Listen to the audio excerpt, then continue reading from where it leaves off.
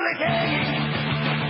They'll say a hot dog to beer, public hangings. There'll be music, but beer, public hangings. Holy hope, public hangings. Somebody get a rope, man, dog. You're looking in the street, man, dog. All right, my friends, welcome to the Weekend Interview Show. I'm your host, Scott Horton. We got a great show lined up for you today. First of all, Jim Powell, author of Wilson's War. Then in the second hour, Elaine Castle from Civil Liberties Watch. And then Lawrence Vance, writer for LouRockwell.com. I want to start off the show today with some quotes from John Quincy Adams. Let's see here. He's referring to the United States as she, and he is saying, "She has abstained from interference in the concerns of others, even when conflict has been for principles to which she clings, as to the last vital drop that visits the heart. She has seen that probably for centuries to come, all the contests of the European world will be contests of inveterate power and emerging right. Wherever the standard of freedom and independence has been or shall be unfurled, there will be her heart, her benedictions, and her prayers. But she goes not abroad in search of monsters to destroy. She is the well-wisher to the freedom and independence of all. She is the champion and vindicator only of her own. She will commend the general cause by the countenance of her voice and the benign sympathy of her example. She well knows that by once enlisting under the banners other than her own, were they even the banners of foreign independence, she would involve herself beyond the power of extrication in all the wars of interest and intrigue, of individual avarice, envy, and ambition, which assume the colors and usurp the standard of freedom." And the first part of the show today is about how Woodrow Wilson betrayed that advice of John Quincy Adams, much like the advice of George Washington, Thomas Jefferson, and the rest of the founders, advising us to stay out of European affairs. And Jim Powell is a senior fellow at the Cato Institute, and he's the author of the books The Triumph of Liberty, FDR's Folly, and his latest is Wilson's War, How Woodrow Wilson's Great Blunder Led to Hitler, Lenin, Stalin, and World War II. Welcome to the show, Mr. Powell. Thank you very much. I'm glad to be with you. Well, I was reading the book this last week, and I realized that today, Saturday, the 16th of April, 2005, is the 88th anniversary of the day that Vladimir Lenin arrived in Petrograd. Yeah, yes, history might have been very different if Russia had left the war by the time Lenin arrived in Petrograd. As you may know, he was not a very courageous man. He was great at giving rabble-rousing speeches, Lenin was, but whenever there was trouble, he would hide out, and during much of World War I, he was hiding out in Switzerland. Then the accelerating collapse of Russia led to the abdication of the Tsar and to the formation of a provisional government in Russia, and at that point, Lenin felt it might be safe to come back. You make the point in your book that it wouldn't really have been possible for Lenin to take power without America's prolonging the war and insisting that Russia stay in the war. You're absolutely right. Russia was the Tsar made a disastrous decision to enter World War I, and Russia went downhill from there. They had incompetent generals. They were suffered humiliating losses. Russia did not have enough railroad capacity to move both soldiers and food, so from the get-go there were food shortages, inflation. The generals were so bad that the Tsar decided he had to run the war himself on the front. He left nobody in the capital but the Tsarina and Rasputin, so there were scandals that further discredited the government. And it was clear that the longer Russia stayed in the war, the more it was going to collapse. All right, hang right there. Jim Powell, he's the author of Wilson's War. We'll be right back on the Weekend Interview Show.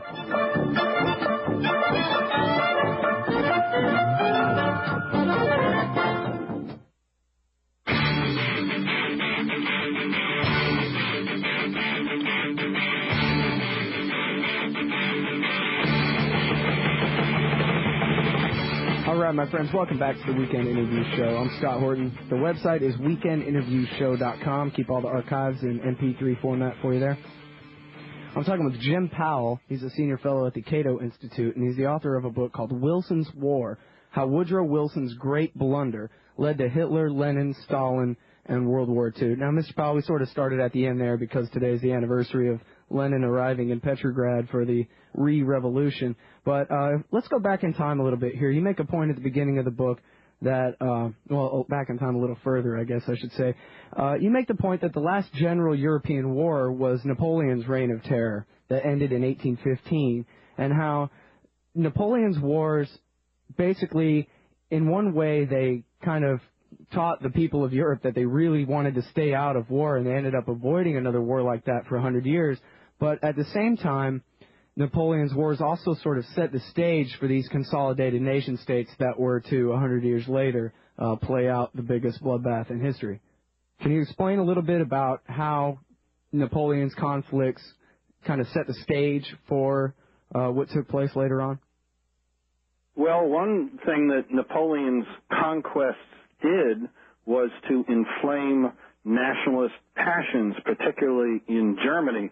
In Prussia, which was where the center of the military in Germany before there was a centralized German state, the people had been humiliated by Napoleon's invasion, and they were determined that it would never happen again. So this led to increasing support for a centralized German state, as it led to demands for centralized power elsewhere in Europe, and nationalism claimed to be to have something to do with liberation, but in fact what it amounted to was the supremacy of one nationality over another. So you had, by the end of the 1800s, you had the clashes, violent clashes among all sorts of nationalities, ultimately in the Balkans, which is where the conflicts led to World War I, between Serbs and Bosnians and all kinds of other nationalities, each of which was trying to be supreme, to have their education, their religion, their language be what everybody in the particular states had to teach, and that guaranteed the conflicts that we saw during the 20th century. So it was sort of the hardening of the borders that kind of made the difference, where instead of having Germanic-speaking people in this region, you now have Germany, the state. Well, right. One of the problems with the idea of self-determination that Woodrow Wilson popularized was that people were considerably intermingled. There was no way you could draw borders in Europe, and this is true with most of the rest of the world, no way you could draw borders that was going to include everybody in one nationality and exclude people from other nationalities. So they drew a border that was predominantly German, a German-speaking area, German culture, but there were Czechs, there were a number of other people in there, and their rights were trampled. After World War I, Woodrow Wilson thought that he would build nations by redrawing borders according to this vague theory of self-determination. So they created Czechoslovakia. Well, the Czechs dominated the Slovaks, and they had government schools, public schools, and there's a huge conflicts in Europe over what the public schools were going to do. Which language would they teach? Which religion would they teach? Would they be Catholic? Would they be Protestant? In the Balkans, you'd have a struggle between a Western alphabet and a Cyrillic alphabet, which is the alphabet used in Russia and some other Slavic languages. The tremendous conflicts that you would not have had, I might add, if there were private school systems, so Catholics could go to their school, and people who wanted to get Serbian history could go to their school, and nobody had to fight about it. But that really is the key, isn't it? The difference. Well, I mean, when you say self-determination, you're not talking about individual self-determination. You're talking about ethnic talking about individual self-determination. You're absolutely right. Yeah, where your ethnicity is here, your ethnicity is there, and it's a matter of collectivism. So which collective is going to have their way with the state's power? Often that's matter of conflict up until this day all over the world. And, of course, we haven't learned from history. This is exactly the kind of conflicts we see going on in the Middle East. Is everybody going to be Shiite? Is everybody going to be Sunni? The way the women have to dress, that's the way all women have to dress. Right. What about the Kurds in Turkey? Are they and the Kurds, right? You're exactly right. So we still have not learned, and we're still going through terrible conflicts that are completely unnecessary.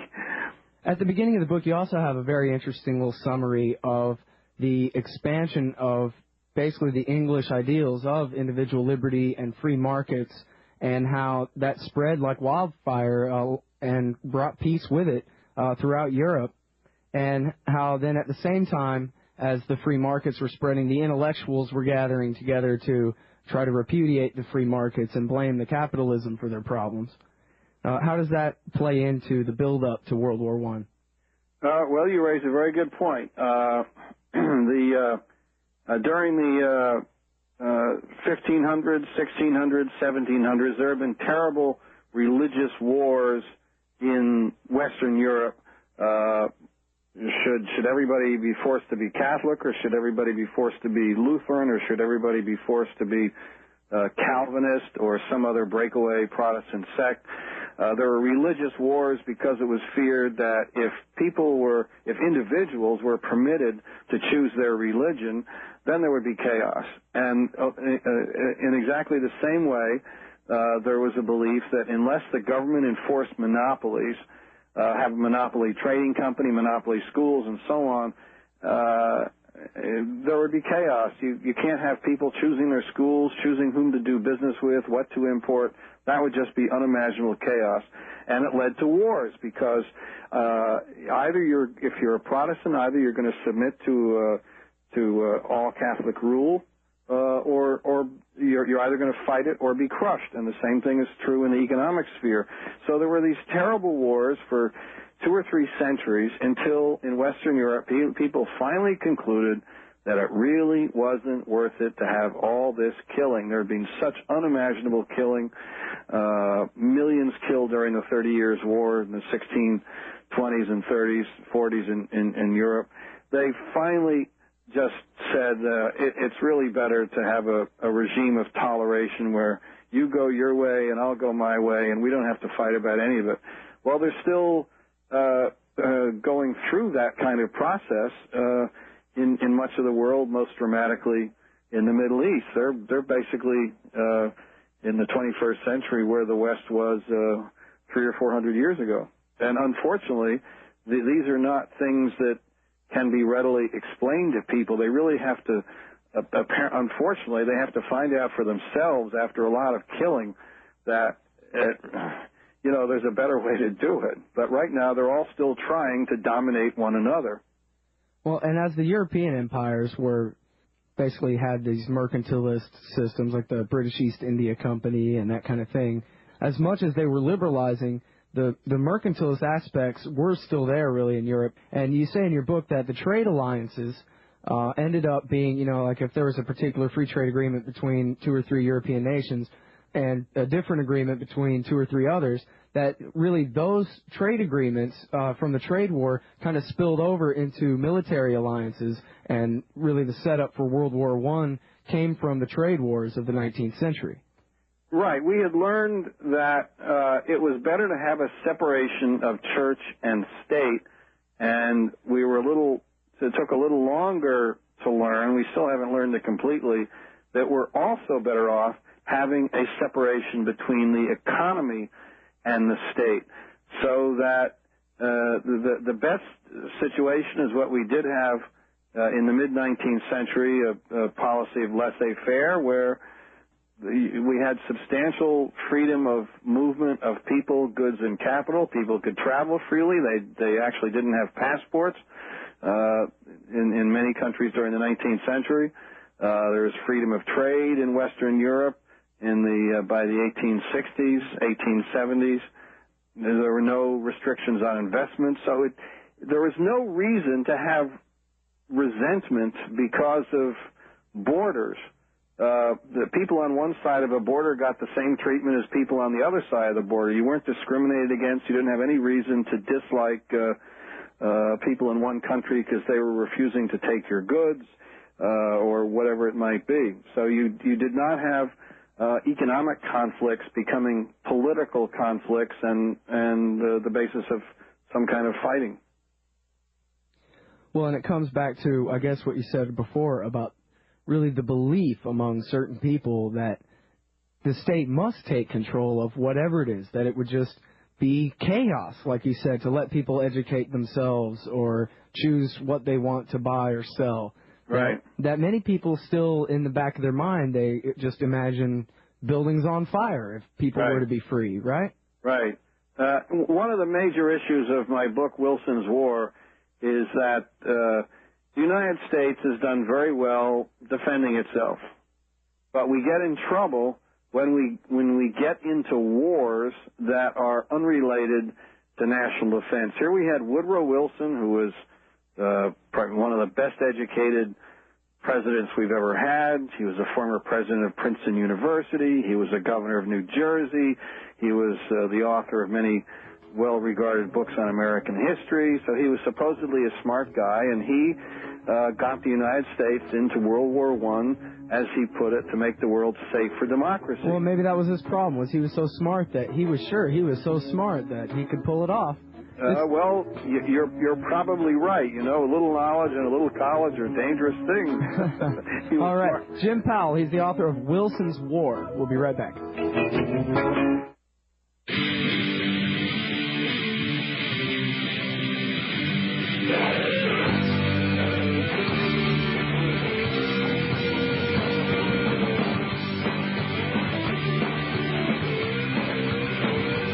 All right, my friends, welcome back to the Weekend Interview Show. I'm Scott Horton, and I'm talking with Jim Powell. He's the author of Wilson's War, how Woodrow Wilson's great blunder led to Hitler, Lenin, Stalin, and World War II.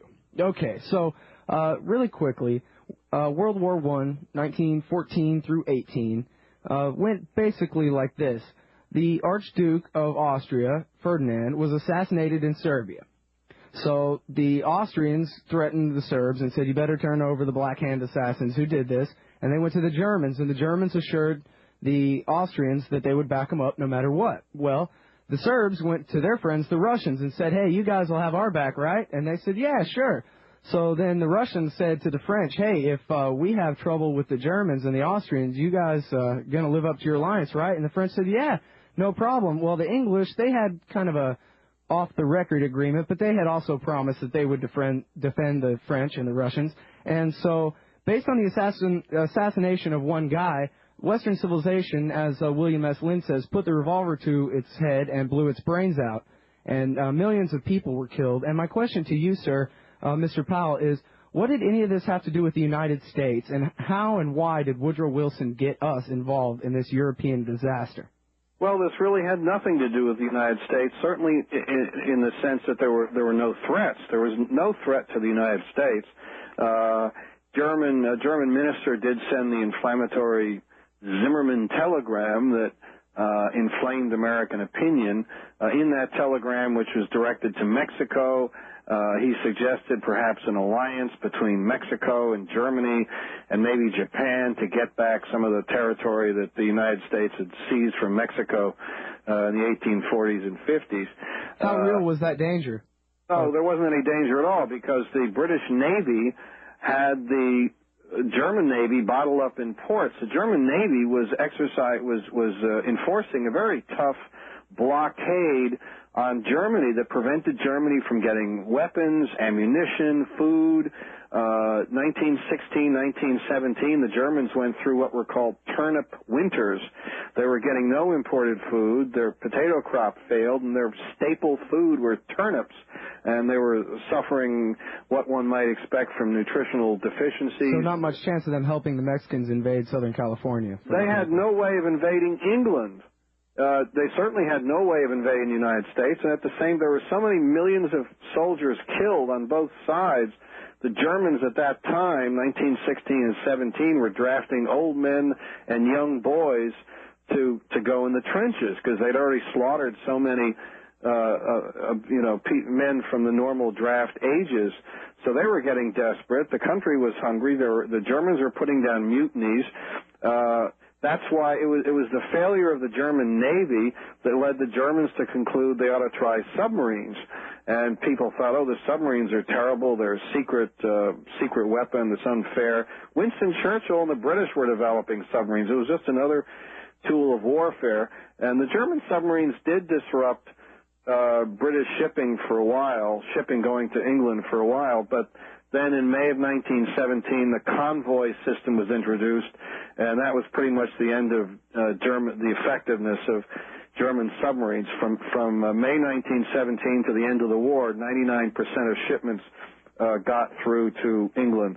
So the convoy system was basically took out the last advantage that the Germans had. There was absolutely no way in terms of an army or navy that the Germans were going to do anything against the United States. So as I said, we do very well when we're defending ourselves. We get in trouble when we start getting into wars for other reasons, to do good, whatever that might be.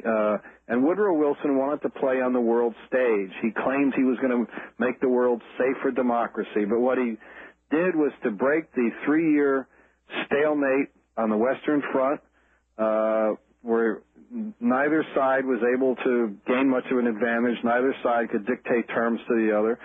The United States got into World War I, enabled the French and the British to win a decisive victory, and that put the French and the British in a position where they could dictate the vindictive surrender terms to the Germans.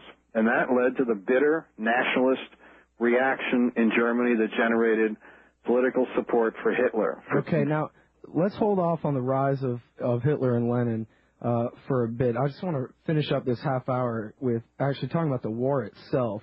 You make a point in your book about how basically the war on the Western Front was men and cloth uniforms versus machine guns and poison gas. And you kind of paint a picture of hell on earth somewhere between France and Germany during this war. Yes, it was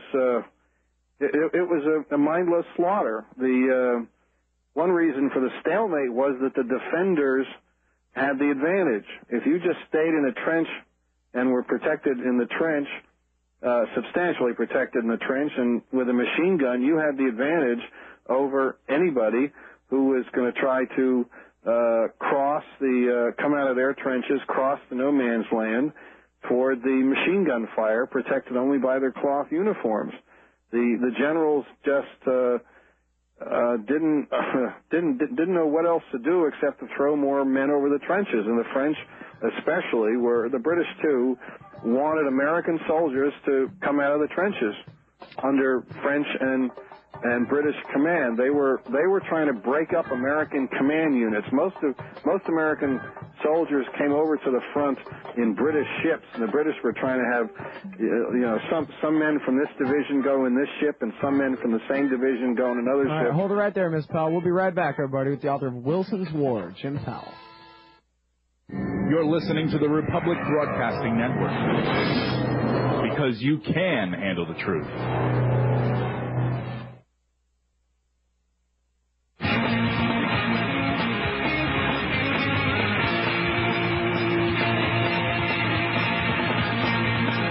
All right, my friends, welcome back to the Weekend Interview Show. I'm Scott Horton, and my guest is Jim Powell, author of Wilson's War, How Woodrow Wilson's Great Blunder Led to Hitler, Lenin, Stalin, and World War II.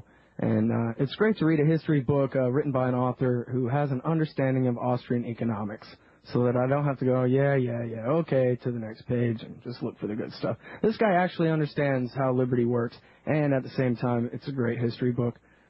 WeekendInterviewShow.com is the website. Keep all the archives there. Also, I write for antiwar.com. Got to plug that. Okay, now back to the First World War here, the Great War, as they called it back then, Mr. Powell. How many Americans died in Wilson's adventure over there? About 116,000. About 116,000. You know, I was reading something not too long ago. I went back and checked. By Joseph Stromberg from the Ludwig von Mises Institute. Wrote an article called Remembering with Astonishment Woodrow Wilson's Reign of Terror in Defense of Freedom, about how basically the Sedition Acts passed by Wilson to quell domestic dissent here would have made John Adams blush. Yes, that's quite right. He imprisoned many people for speaking out against the war. And the most amusing situation was that he imprisoned the socialist Eugene Debs. This is Woodrow Wilson, hailed as a progressive, imprisons Eugene Debs for protesting against the war. And then who is it who liberates Debs from jail? It's the much reviled Warren Harding, who is supposedly an incompetent and corrupt man, but in fact he was much more tolerant and rational than Wilson was. Wilson was just so determined to play on the world stage, and he would do anything to get there, including getting into a war that would result in tens of thousands of American deaths and unfortunately without enhancing American national security at all. Well, and in fact, you make the case in this book jeopardizing it quite a bit and causing us at least one more war and a Cold War to boot. That's exactly right, because if the United States had stayed out of World War I, first of all, there would have been a negotiated settlement on the Western Front. That was the direction things were going. There were more explorations of possible peace terms by Germans, by Austrians, by Russians, by British, and they were all getting worn out. They'd all suffered horrendous losses, the destruction, the inflation, the shortages, everything was wearing them all down. That's undoubtedly what would have happened. Some kind of negotiated settlement, neither side able to dictate vindictive terms to the other. But we got in, so that enabled the French in particular to stick the Germans with the reparations and all the other enormously punitive terms that basically gave Hitler a head start on his political career. And then, as I mentioned earlier, once the United States entered the war, Wilson started pressuring and bribing the Russians to stay in, the Russian provisional government to stay in the war rather than quit the war. And what that did was to accelerate the destruction, the collapse of the Russian army. And by the fall of 1917, there was no army left to defend the Russian provisional government, and Lenin succeeded in his fourth attempted coup. So if Russia had gotten out of the war, if the United States had not been a belligerent in the war, we wouldn't have had anything to gain, any reason to pressure the Russians to stay in the war. They probably would have left the war sooner, and Lenin would have gotten off his famous train to find cheering crowds, everybody thrilled that the stupid war was finally over. The Russians had nothing to gain one way or the other by whatever the outcome was on the Western Front, and Lenin would not have been able to play against the resentment, the suffering, and so on, because that was the situation was starting to recede after quitting the war. So we got Lenin and Hitler, and out of Lenin we got Stalin, and the two of them together gave us World War II, and then we got the Cold War. I think most people forget that the revolution that took place in November of 1917, where Lenin and Trotsky seized power, was actually the re-revolution, that the Tsar had been toppled in March of that year, correct? Right. The real Russian Revolution occurred in February of 1917. That was a spontaneous revolution resulting from the collapse of the government, the suffering that people had. The soldiers were disillusioned, people were disoriented by the inflation and all that, and the Tsar could see that the handwriting on the wall, so he quit. New government came in. That was a spontaneous revolution, and the Bolsheviks had nothing to do with it. What is commonly referred to the Russian Revolution is the Bolshevik coup, because it was a coup. There was no popular support for the communists. Well, there was one election in Russia. The only election they had before the collapse of the Soviet Union 15 years ago. The Bolsheviks got less than 1/4 of the vote in the one election they had in 17. So there's no political support, no popular support. The Russian people didn't know much about Lenin except that his slogan was peace, land, and bread. And most of the others were willing to go along with one more military campaign. So that, as I said, the unintended consequence of American entry in the war was the vindictive terms that enabled Hitler to recruit thousands of Nazis, and then the pressure on Russia to stay in the war, accelerating the collapse, making the Lenin's coup possible. It's hard to, there's no other president in American history that has had a hand, although unintentional, in so much destruction. Yeah, people might forget exactly how much destruction was entailed in Vladimir Lenin's dictatorship for the few short years that he was in charge of that country. Well, that's right. Lenin's slogan, as I said, was peace, land, and bread. But the reason he wanted peace with the Germans was that so he could concentrate the powers of the government, which he hoped to control, not on fighting the Germans, but on fighting the Russian people. That's why Lenin wanted to get out of the war. I mean, one thing, Lenin realized that if he did not get Russia out of the war, that he would be overthrown. That's number one. So he wanted to stay in power. And number two, he didn't want to fight the Germans. He wanted to fight the Russians and establish a totalitarian regime. So it was easy for Lenin to seize power in November of 1917 because the Russian army had collapsed. All that Lenin had to do was recognize that his opportunity had finally come, and they stationed some Bolshevik soldiers at the telegraph office and at Petrograd and the railroad station and the Parliament building. That was about it.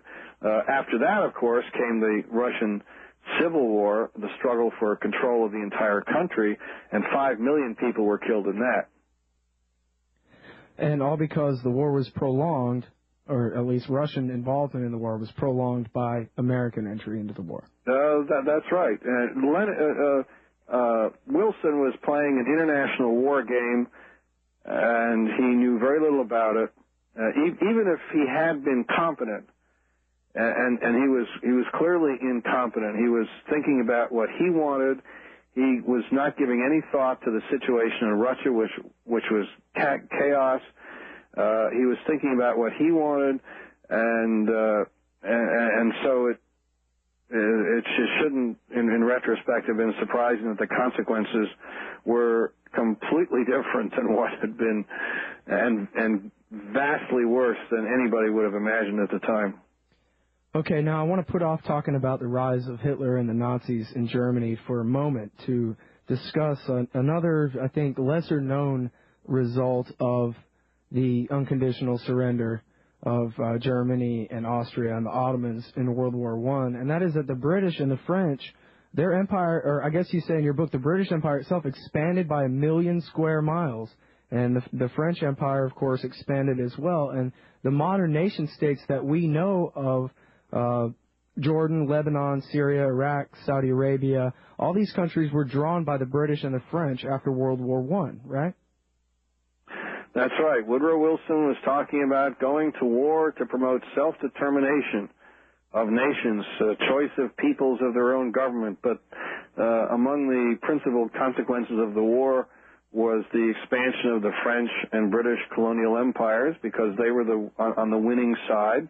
And what they did was to split up German colonies in Africa and elsewhere among themselves. They didn't give independence to these German colonies. They took them for themselves and expanded their colonial power. And as you mentioned, in the Middle East, France and Britain got what were called mandates, which was kind of a nice word for colonies, and Britain got the mandate in an area known as Mesopotamia. And Winston Churchill was the colonial secretary, and he was the one who bolted together the Kurds and the Shiites and the Sunnis into a new nation called Iraq. I read a quote from him not too long ago talking about, I don't understand why people are so squeamish about using poison gas on the Kurds. They're savages after all. That's right. Good old Winston Churchill, right? That's Everybody's right. hero. But Winston Churchill, as colonial secretary, installed a Hashemite ruler, and a Hashemite was supposedly somebody who went back to Muhammad himself and was a Sunni. So it was Churchill in his capacity as colonial secretary, because the British and French were on the winning side thanks to American entry in the war, who established control in the new nation of Iraq by a Sunni minority. And they ruled a long succession of kings until the mid-1950s, when the monarchy was overthrown, and then we had a succession of secular dictators, the most recent of whom, of course, was Saddam Hussein, all of whom were Sunnis. So in this 80-year period, thanks to the World War I settlement, we have Sunni rule oppressing the Shiites, and now, of course, we can see why the Shiites are undoubtedly eager to avenge the suffering that they have had all these years. In other words, it seems highly unlikely that we are going to see a nice liberal democracy in Iraq after having sent American soldiers and money over there. There are bitter resentments that go back a long time. Another long-term consequence is Lord Balfour's declaration, right? The beginnings of the Lord Balfour's declaration at the end of World War I that began the creation of the State of Israel. That's right. That's right. So a lot of the conflicts, the wars, the hatreds that we are still wrestling with are consequences of the settlement following World War I. All right, now let's get into Adolf Hitler. Who was this thug, and why did anybody ever listen to what he had to say?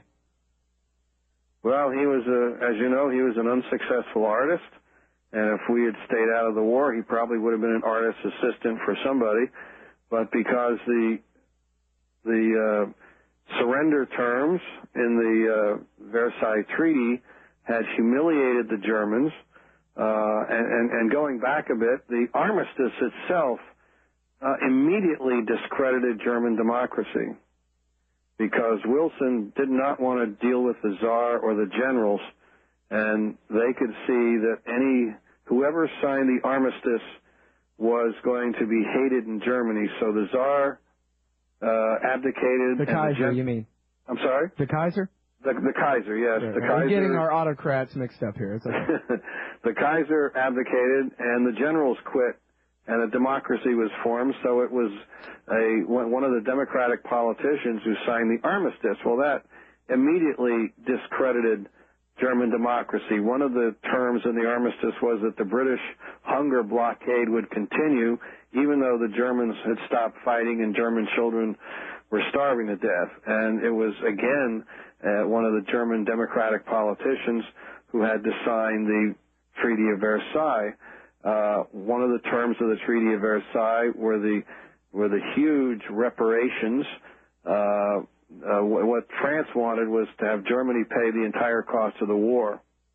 And so Germany was hit with these reparations, and that gave the German government an incentive to inflate their currency. And one of history's most famous runaway inflations occurred in the early 1920s. It climaxed in 1923, and that was the year that Adolf Hitler emerged as a political figure to reckon with. And that year, 1923, Hitler recruited 50,000 Nazis. What was the beer hall Putsch? Can you tell us about that? Oh, yes, the famous beer hall Putsch. The Putsch. I never know how to pronounce that right. Too many consonants in a row. This was in Bavaria. The number of high government officials were all getting together in a beer hall, and so Hitler had his stormtroopers come in, surround the building, force everybody to stay in the building, and he announced that there was a coup, that the government had been taken over, and he was trying to get these government officials to join his new government. But then Hitler went out of the room to confer with some of his associates, and by the time he came back, he found that the officials had flown the coop. Oh, you got to lock up the hostages first. Yeah, so he wasn't watching his hostages as carefully as he might have. So that was a fiasco, and he tried to flee, and he was captured, and he spent some time in jail, during which time he wrote Mein Kampf. Well, and you point out in your book that he would have missed all of his great opportunities if he'd done his whole sentence, but he didn't do his whole sentence because the judge agreed with him about the Versailles Treaty and decided to let him out early. Right. Wilson unintentionally gave Hitler his target, the Versailles Treaty. For reasonable people in Germany agreed that they should do something about what was referred to as the shame of Versailles.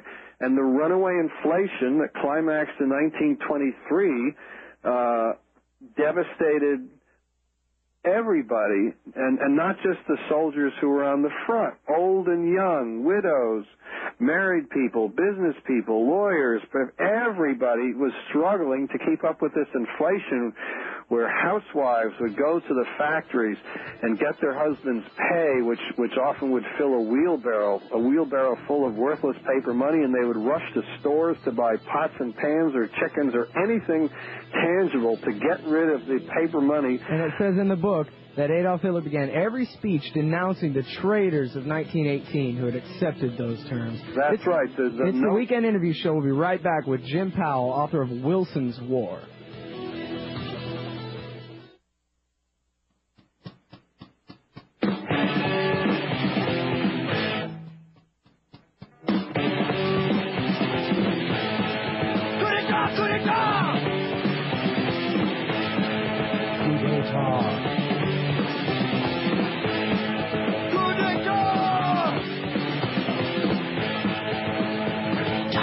My friends, welcome back to the Weekend Interview Show. I'm Scott Horton, and I'm talking with Jim Powell, the author of a great book called Wilson's War, How Woodrow Wilson's Great Blunder Led to Hitler, Lenin, Stalin, and World War II.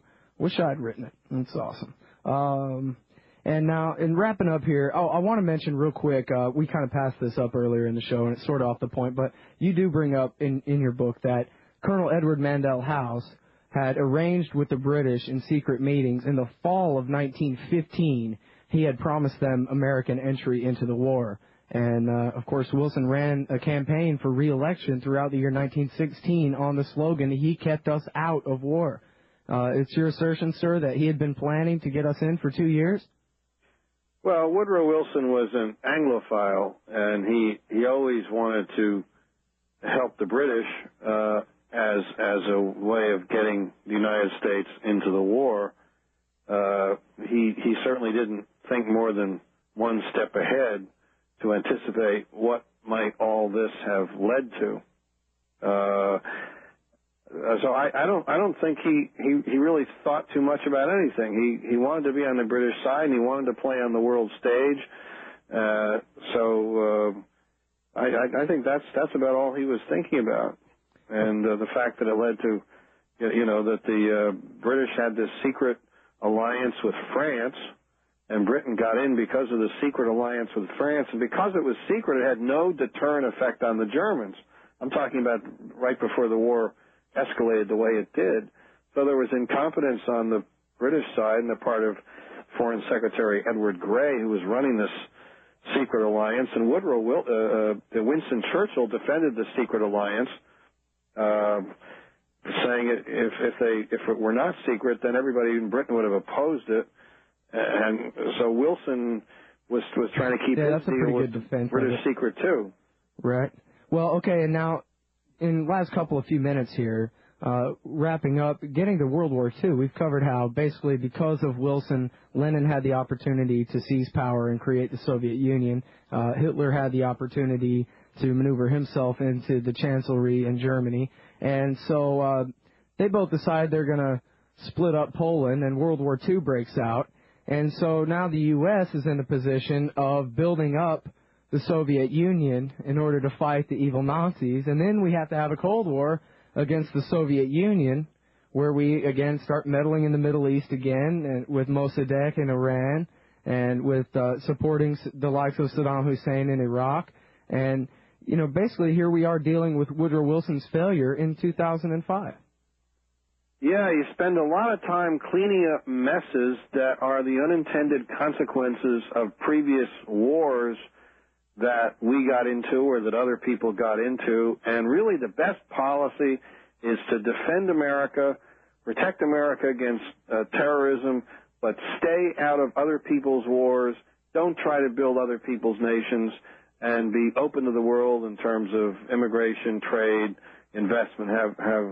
Facilitate the entire range of private, peaceful contacts among people, and try to not mess around in problems that are really no outsider, including the United States, can solve. We can't make other people like each other if they're determined to hate each other and try to force their religion or their culture on other people. The best thing we can do is trade with them, but stay out of their fights. There are too many things going on in the world, and we have our hands full making this the best country it can be. Wilson's War by Jim Powell. He's also the author of FDR's Folly and a senior scholar at the Cato Institute. Thank you so much for your time today, sir. My pleasure. Thank you. I've enjoyed being on your show. Great. And we'll be right back to talk with Elaine Castle all about Abu Ali. So stay tuned. It's the Weekend Interview Show.